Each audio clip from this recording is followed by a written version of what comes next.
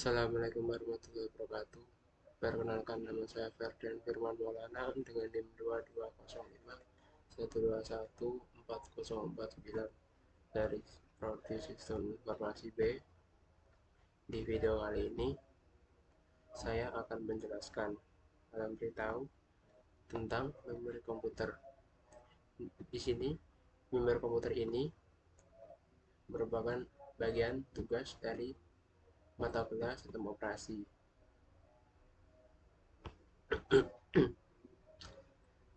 Lalu kita masuk ke pengertian memori.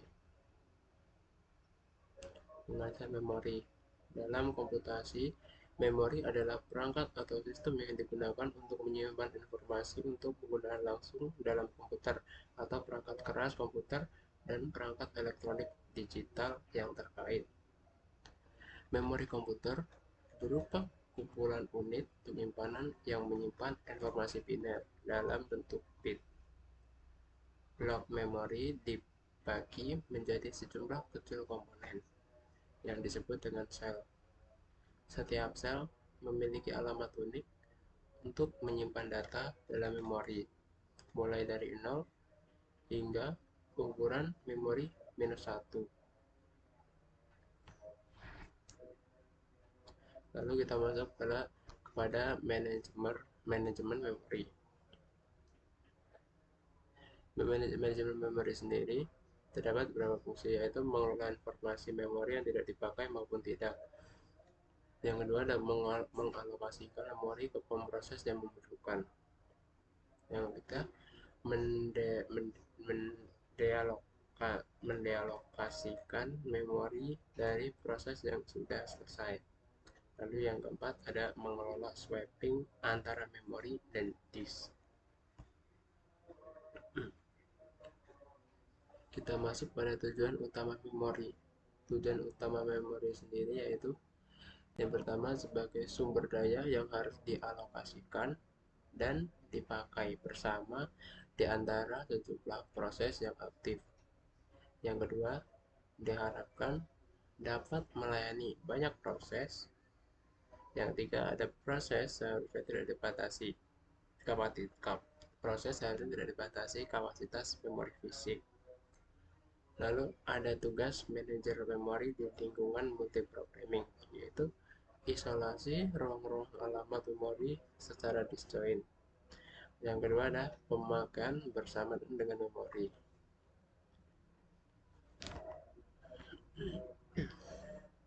Lalu kita masuk ke klasifikasi memori.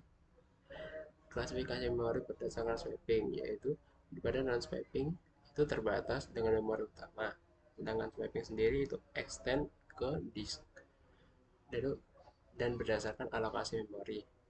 Continue itu, jika ada continue itu akan berurut atau simple dan cepat, tapi bahkan boros. Tapi ketika jika non continue itu lompat-lompat atau lebih ke arah kompleks dan juga efisien. Fitur-fitur pada memori komputer. Nah, fitur-fitur pembeda pada sistem memori komputer itu dapat meliputi seperti lokasi memori. Yang pertama lokasi memori. Terus yang kedua ada kapasitas memori. Yang ketiga metode akses. Yang keempat ada memori unit transport. Yang kelima ada kinerja memori. Yang keenam ada tipe material fisik. Dan juga yang ketujuh ada sifat dari memori itu sendiri. Nah, kita masuk ke jenis-jenis memori komputer. Jika dikategorikan berdasarkan ruang atau lokasi, ada 4 jenis komputer. Ada 4 jenis memori komputer, yakni yang pertama ada memori premier, yang kedua ada memori sekunder, yang ketiga ada memori cache, dan keempat ada memori register. Nah, kita masuk kepada memori premier. Memori premier juga dikenal sebagai memori utama sistem komputer yang berkomunikasi langsung di dalam CPU, auxiliary memory, dan cache memory. Memori premier digunakan untuk menyimpan program atau data saat prosesor aktif menggunakannya. Ketika sebuah program atau data diaktifkan untuk dieksekusi, prosesor pertama-tama memuat instruksi atau program dari memori sekunder ke memori premier, dan kemudian prosesor akan mulai mengeksekusi. Pengaksesan atau eksekusi data dari memori premier lebih cepat karena memiliki cache atau memori register yang memberikan respon lebih cepat dan letaknya yang lebih dekat dengan CPU.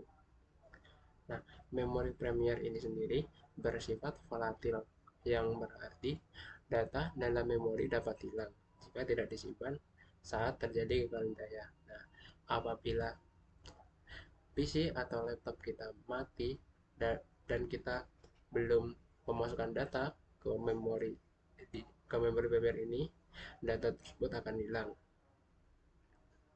Memori premier lebih mahal daripada memori sekunder, dan kapasitas kapasitas memori utama itu sendiri terbatas dibandingkan dengan memori sekunder. Memori utama dibagi lagi menjadi dua bagian, yaitu yang pertama ada RAM atau Random Access Memory, yang kedua ada ROM atau Read Only Memory. Kita masuk pada pembahasan yang pertama, yaitu RAM atau Random Access Memory. RAM atau yang bisa kita kenal sebagai Random Access Memory adalah salah satu jenis memori utama yang lebih cepat diakses langsung oleh CPU. Memori ini adalah perangkat keras dalam perangkat komputer untuk menyimpan sementara data, program, atau hasil program. Digunakan untuk membaca atau menulis data di memori sampai mesin bekerja. RAM sendiri bersifat volatil, yang artinya jika terjadi kegagalan daya atau komputer dimatikan, informasi yang tersimpan di RAM akan hilang. Semua data yang tersimpan dalam memori komputer dapat dibaca atau diakses secara acak setiap saat. Nah, kembali ke bersifat volatil ini, jika terjadi kegagalan daya atau PC atau laptop kita mati, informasi atau data yang tersimpan di RAM itu juga akan hilang. RAM tersendiri terdiri menjadi dua jenis, yaitu DRAM dan juga SRAM. DRAM DRAM atau kita masuk pada DRAM. DRAM atau Dynamic Random Access Memory adalah jenis RAM yang digunakan untuk penyimpanan dinamis data dalam RAM. Dalam DRAM itu sendiri, setiap sel membawa informasi 1 bit. Sel terdiri dari dua bagian, yaitu kapasitor dan juga transistor. Ukuran kapasitor dan transistor ini sangat kecil, sehingga membutuhkan jutaan untuk disimpan dalam satu chip. Yang kedua ada SRAM atau Static Random Access Memory, adalah jenis RAM yang digunakan untuk menyimpan data statis di dalam memori. Artinya, penyimpanan data di SRAM tetap aktif selama sistem komputer memiliki satu daya. Namun, data hilang di SRAM saat terjadi kegagalan daya. Nah, di sini SRAM di sini akan tak aktif selama komputer, PC atau laptop kita itu memiliki daya. Nah, sama seperti halnya ini, seperti kan lebih ke arah RAM tadi, yaitu bersifat volatil, yang saat terjadi kekurangan daya atau tiba-tiba lowbat, SRAM data data dalam atau informasi yang akan disimpan akan hilang. Kita masuk yang kedua, yaitu ROM atau Read Only Memory. ROM atau Read Only Memory adalah perangkat memori atau media penyimpanan yang digunakan untuk menyimpan informasi secara permanen di dalam sebuah chip. Memori premier jenis ini adalah memori read only yang hanya dapat membaca informasi, data, atau program yang tersimpan, tetapi kita tidak dapat menulis atau mengubah apapun. Nah, setelah data tersebut disimpan, nantinya kita dapat mengubah atau mengedit atau menambahkan tulisan apapun dalam data yang sudah disimpan. ROM berisi beberapa instruksi penting atau data program yang diperlukan untuk memulai atau memboot komputer. ROM bersifat non-volatil, atau yang artinya informasi yang disimpan tidak dapat hilang, bahkan ketika daya dimatikan atau sistem dimatikan. Nah, berbanding terbalik dengan RAM, ROM ini sendiri, ketika data atau informasi yang disimpan itu tidak akan hilang ketika daya atau laptop kita akan mati atau setelah sistem itu dimatikan. Data tersebut tidak akan hilang. Terus kita masuk ke memori sekunder. Memori sekunder adalah ruang penyimpanan permanen untuk menampung sejumlah besar data. Memori sekunder juga dikenal sebagai memori eksternal yang mewakili berbagai media penyimpanan seperti hard drive, USB, CD, flash drive, dan juga DVD, di mana data dan program komputer dapat disimpan dalam jangka panjang, namun lebih murah dan lebih lambat dari memori Premier. Tidak seperti memori Premier, memori sekunder tidak dapat diakses secara langsung oleh CPU. Sebagai gantinya, data memori sekunder pertama-tama dimuat ke dalam RAM atau random access memory dan kemudian dikirim ke prosesor untuk membaca dan memperbarui data. Nah, berikut ini adalah karakteristik memori sekunder. Yang pertama, kecepatannya lebih lambat dari memori Premier. Yang kedua, data yang disimpan tidak hilang karena sifatnya yang non-volatil, atau ketika data atau informasi disimpan itu tidak akan hilang ketika daya dari laptop atau PC atau komputer kita mati. Itu data itu tidak akan hilang. Yang ketiga, ada dapat menyimpan koleksi besar dari berbagai jenis seperti audio, video, gambar, teks, perangkat lunak, dan yang lain-lain. Yang keempat, semua data yang disimpan dalam memori sekunder tidak dapat hilang karena merupakan tempat penyimpanan permanen. Bahkan ketika listrik dimatikan, data tersebut tetap akan disimpan dan tidak dapat hilang. Bahkan sampai listrik dimatikan, semua data yang disimpan itu tidak akan hilang. Dan yang kelima, memiliki berbagai memori optik dan magnetik untuk menyimpan data. Nah, adapun jenis memori sekunder adalah sebagai berikut. Nah, yang pertama ada hard disk, yang kedua ada floppy disk, yang ketiga ada CD atau compact disk, yang keempat ada DVD, yang kelima ada Blu-ray disk atau BD, dan juga pen drive atau USB flash driver yang kebanyakan orang pasti punya, yaitu USB flash drive. Kita masuk ke memory cache. Memory cache adalah memori komputer berbasis chip berukuran kecil yang terletak di antara CPU dan memori utama. Memori jenis ini lebih cepat, berkinerja tinggi, dan memori sementara untuk meningkatkan kinerja CPU. Memory cache menyimpan semua data dan instruksi yang sering digunakan oleh CPU komputer. Hal ini juga mengurangi waktu akses data dari memori utama. Cache lebih cepat dari memori utama dan kadang-kadang disebut juga memori CPU karena sangat dekat dengan CPU. Nah, berikut ini adalah tingkat-tingkatan dari memori cache.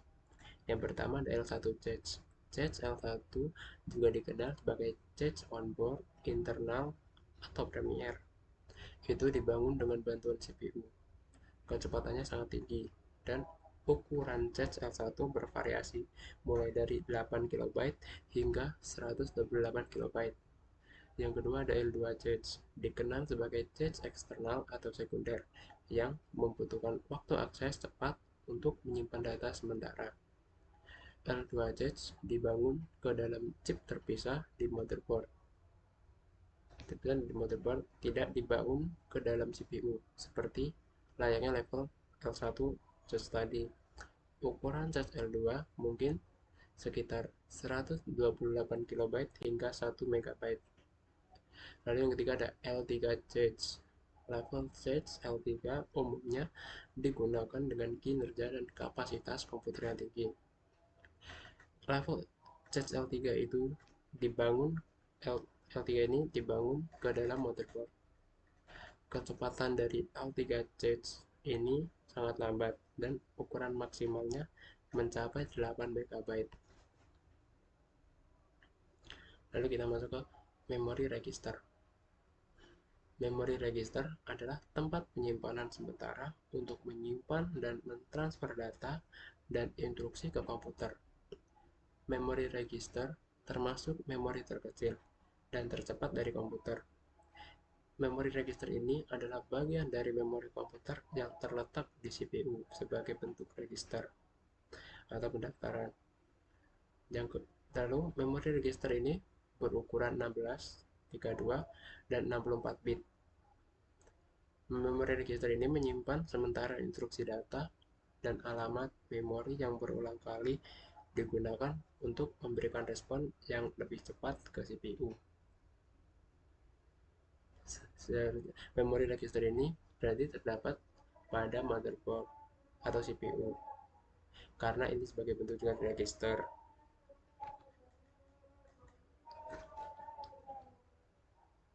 Terima kasih. Sekian video yang bisa saya sampaikan. Apabila ada salah kata dan apabila ada kurang, saya mohon maaf. Saya akhiri. Wassalamualaikum warahmatullahi wabarakatuh.